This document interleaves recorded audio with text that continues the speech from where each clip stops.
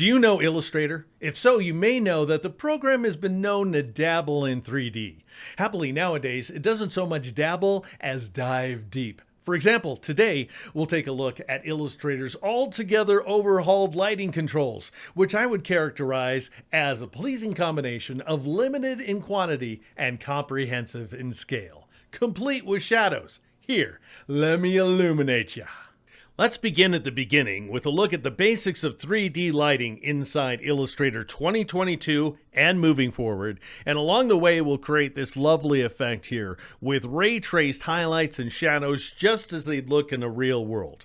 I'm going to start with some live editable text set in a font called Motiva Sans. Now, very likely you do not have that font installed on your system, but as long as you're a member of the Creative Cloud, then you can activate the font by going to the Type menu and choosing More from Adobe Fonts.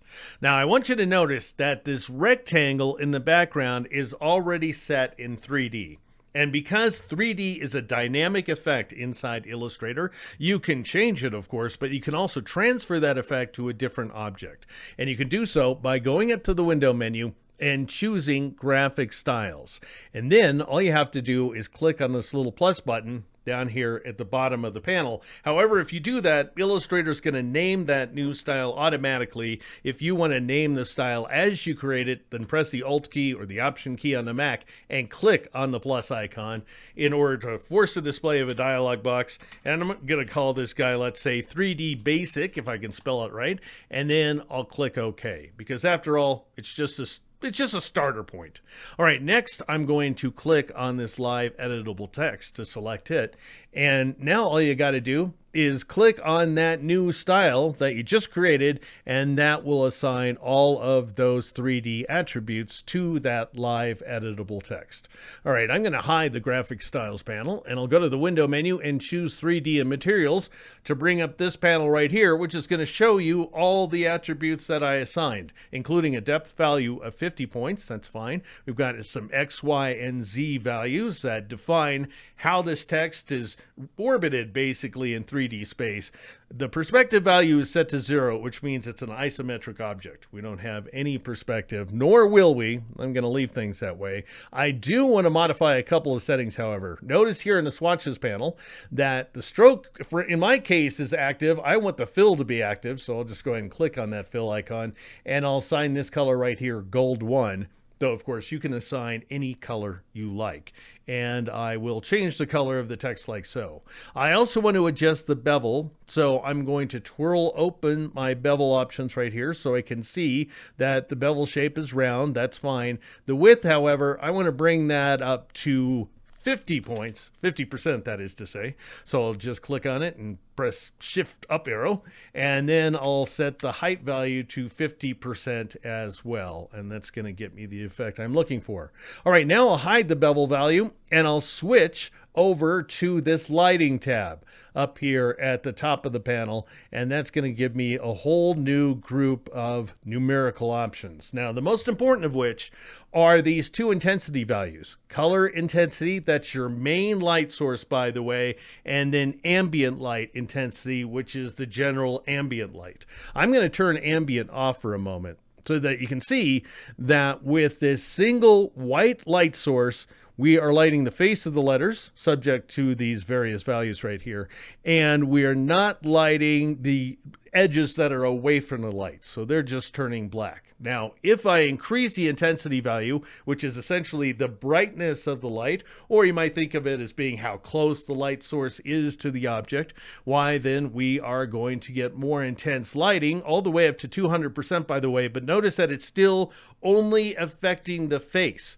of the letters as opposed to those extruded sides, and that is a function of the angle of the light, which we'll come to in just a moment, but it's also a function of the fact that the ambient value is turned off. If you turn ambient on, you are going to light the other sides, and that's because ambient light is just that. It's all over the place. Think of it as sunlight or some form of residual light inside of a room. If I were to take the intensity of the main light source, this guy right here, down to 0, you can see that now, thanks to the fact that we have ambient light of any intensity, by the way, all sides of the letters are lit to the same extent. So this is basically infinite light, and this is a single light source up here.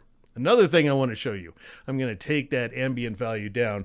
I want you to see what happens if you assign a color light, a colorful light, that is, a light that is anything but white. Now, 99 times out of 100, you want a white light source, because if you click on that color swatch right there and you change the light source to some other colors such as red, let's say, that is going to overwhelm the color of, in this case, my 3D letters.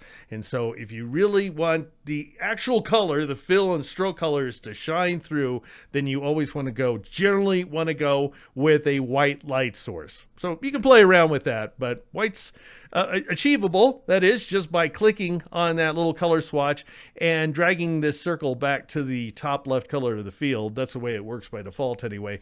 What you're really looking for is an S value of 0. That's saturation. So for white, you need a saturation of 0% and a B brightness value of 100%. It doesn't matter what the H, which stands for hue, is. So just 0 for S, 100 for B. You got yourself white, and that's going to work out beautifully. All right, I'm going to crank this intensity value up. Here's another trick, in case you're curious.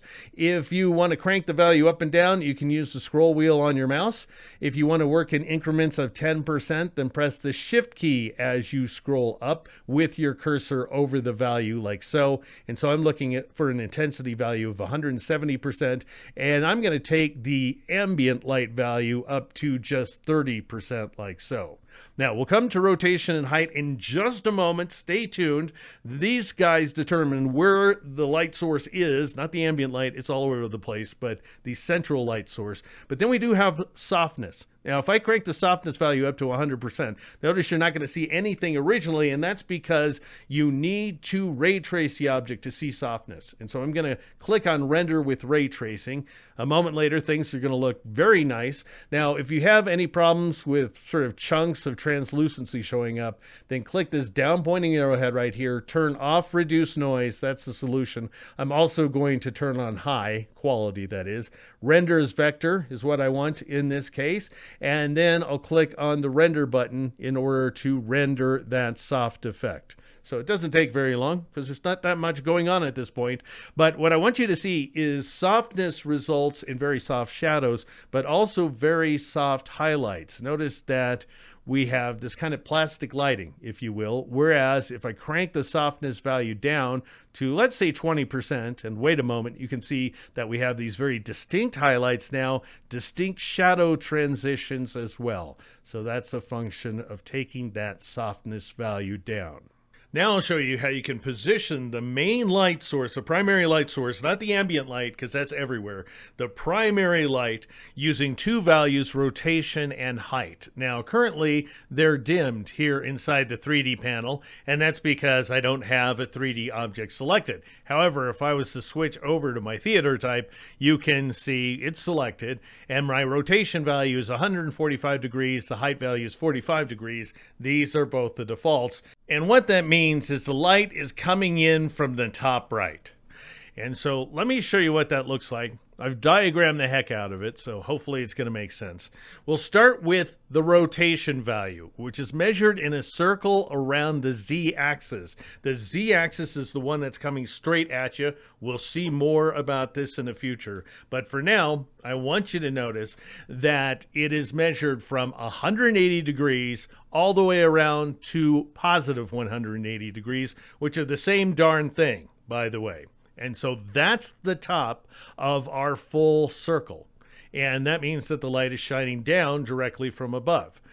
If you take it all the way down to negative 90 degrees, it's shining in from the left relative to the position of those letters. And we're talking about letters because that's what I'm working with in 3D space, depending on how those letters are rotated in 3D space, that is. 90 degrees positive has the light coming in directly from the right. If you want it to be above and to the left, then something like negative 135 is going to work. Really anything between negative 90 and negative 180. And then if you want it to come in from the right, up and to the right, then anything from 90 to positive 90, that is to say to positive 180, such as positive 135. If you want the light to come in from the bottom, then any value between negative 90 and positive 90. So notice that 0 degrees is uplighting. It's coming up directly. So it's below whatever your object is. Again, subject to its position in 3D space. If you want it below and to the left, then you want a negative value that's more than negative 90 degrees, so something like negative 45 degrees. If you want it below and to the right, the location of the light is to say, then you want it to be less than 90 degrees, such as 45 degrees works out. But there's all kinds of degrees around here. Negative 30 would be over here, positive 30 would be over here, and so forth. All right, now let's take a look at height. Height's not measured in a circle. It's measured in this quarter arc, and it's measured around the x-axis. That's the one that goes right along the bottom of the letters in our case, and it determines the altitude of the light source. So as opposed to the angle, we're talking about the altitude in 3D space, and it looks like this. For some reason, it's measured this way. 0 degrees is high noon. It's straight up, coming down onto those extruded edges. That may sound like I'm repeating myself a little bit, but we'll see how this reconciles in just a moment. 90 degrees is shining directly onto the face of the object, or the letters in our case. You cannot light the back of the object in this scenario. We'll come to a different way to do that later. But for now, 90 degrees is shining on the face, and then 45 degrees, the default, is coming in from an angle. Anything else is possible between 0 degrees at high noon and 90 degrees. I'm calling it sunset because I'm a nighttime guy, not a morning person. But if you were a morning person and the letters were looking out at the sun, then this would be sunrise. The trick here is you can't light the back of, in our case, the letters. All right, what does that look like, really, truly? Well, it looks like this, don't you know? So here we are looking at ABC. Just want you to see that they are actually lit, and they have values too. This is a 3D object. If I were to click on it to select it, you can see that I've set the rotation to 110 degrees. The height is 60 degrees. Show you what that looks like in just a moment. But more to the point, I want you to understand the X and Z axes. The Y axis isn't really part of this equation. All right, so the Y just goes straight up and down. I think you know that. X, just to make it clear here, X is the baseline. And I missed it. Okay, I meant to drag it right there. I'll drag it again, and this time I'll make it happen. X is the same thing as the baseline when you're working with live editable type. Z is going straight through the letters. Notice how it's hitting the center of the B right there in the case of ABC, and then it goes through it and then out the other side. And that is why things look the way they do. This is why rotation is getting measured, as you can see right here, around the Z-axis, starting at negative 180. Once again, of course, I am repeating myself, but this time for effect. It's a full circle starting at negative 180, going all the way clockwise to positive 180, both of which shine the light directly downward, by the way. And then over here on the left-hand side, we have negative 90. Down here at the bottom, we have 0. Over here at positive 90, we have positive 90 on the left. The right, that is to say, haha. And then the light that's actually applied to this object is 110 degrees, which is right about there, where this rotation axis is concerned. If you're trying to calculate height, it looks like this, by the way. Once again, it's just a quarter arc, so it's not a full circle. It's going around the x-axis, so around the baseline where this text is concerned. 0 degrees up at the top, 90 degrees right in front. That's lighting the face of the letters. And in my case, I've set it to 60. So I'm trying to emphasize the values that I've applied. And then we can see them all together right here. So there's the height value of 60 degrees, the rotation value of 110 degrees. That puts the light someplace over here. But Illustrator doesn't actually preview the light source. You can't see it at this point in time. So you have to visualize it internally using your mind's eye, don't you know? But this stays the same, by the way, relative to the object. So if I were to rotate the object around like so, then all this stuff rotates along with it. I want to emphasize once again that where this scenario is concerned, the letters do not get backlit. You're not lighting the back of the object, just the front and around the extruded side.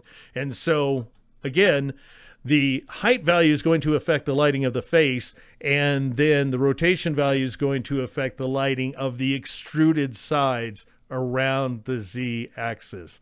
And incidentally, in case you're wondering about x being red and then z being blue and y being green, that's pretty standard stuff.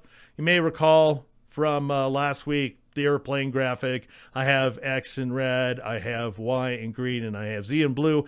That's not the only way people draw it, but that is the most traditional, customary way to represent these various axes. All right, so let's go ahead and see what can be done where this theater text is concerned.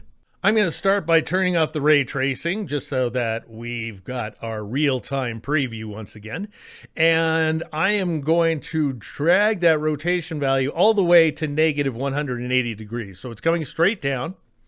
I do want you to see something. If I set height to 90 degrees, it doesn't matter what the rotation value is. Notice that? And that's because we're shining the light directly onto the face.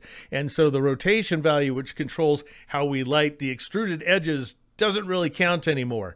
But as soon as you take that value down just a little bit, then the rotation value starts coming into play. I just want you to have a real sense of what's going on here. Anyway, I want this rotation value to nearly be all the way above. I am going to take it down just a little bit by clicking in that value and pressing Shift up arrow actually to take the value up 10 degrees from negative 180 to negative 170, so it's coming down and to the right. So in other words, the light itself is up and to the left. All right. Next, you can adjust that height value as much as you want. 90 degrees is going to light the face. 0 degrees is going to light the tops in this case because we're lighting the extruded edges. The tops, because the rotation value is set to something close to negative 180 or positive 180 degrees. If it's 0 degrees or something very close like 6 degrees, you're going to be up lighting that text. That's not what I want, however. I want down lighting, so I'm going to take this guy once again up to negative 170 degrees, and then I'm just going to set the height to its default, which happens to be 45 degrees. I think looks quite good. And finally, no need to play with the ambient light value. I mean, you can if you want more ambient light or less ambient light, but it is ambient. I want to emphasize it's not anywhere, it's everywhere. So I'm just going to set this back to 30 degrees. It's coming from all sides, in other words. And then I'll just go ahead and turn on my ray tracing once again in order to create this effect right here. And that's how you work with rotation and height values in order to specify the location of the primary light source. Now I'll show you how to add 3D shadows, which could not be easier, by the way, once you know how. And in the end, we'll achieve these shadows right here. Aren't they beautiful? All right, so obviously what you do is you go ahead and select your 3D letters. You go up to the Effect menu, choose Stylize, and choose Drop Shadow. But the problem is this is not the solution at all. It's such a bad idea. I'm not even going to show it to you because that way lies madness. This feature and 3D just don't work together. Instead, what you do, so steer clear of that, just go here to your 3D and materials panel, make sure your text is selected in my case, and notice this guy right here, shadows.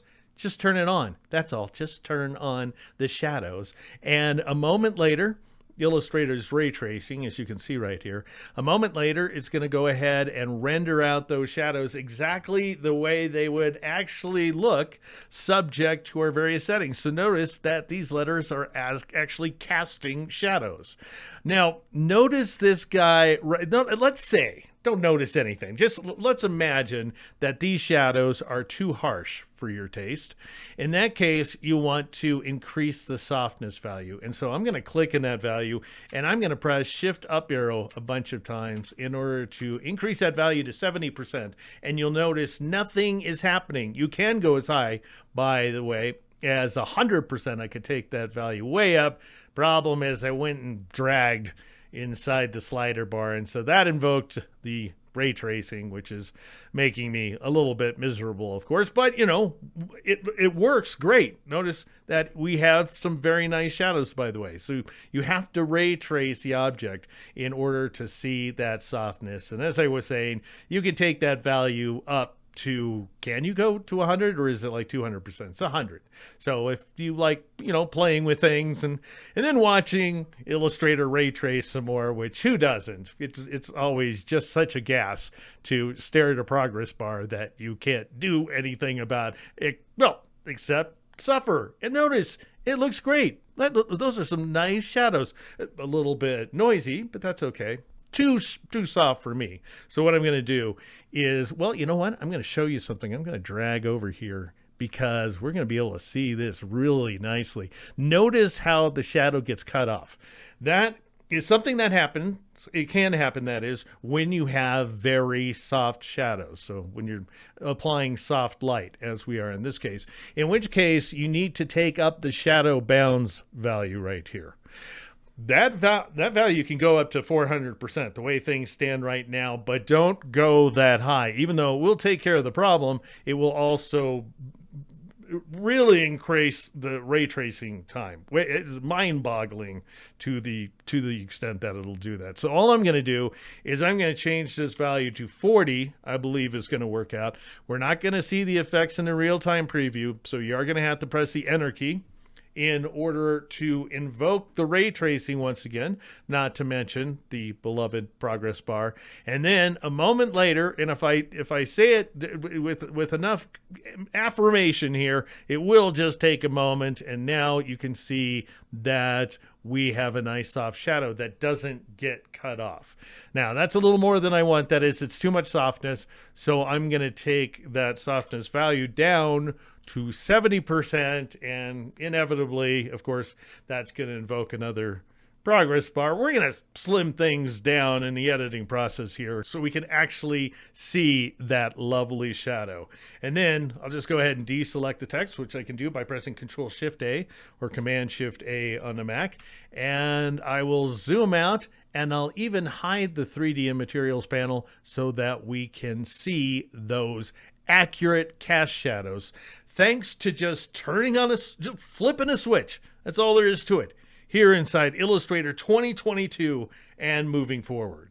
Thank you so much for watching. Feel free to like and subscribe. And if you liked what you've seen so far, I have more. Remember that whole rotation versus height thing from just a few minutes ago?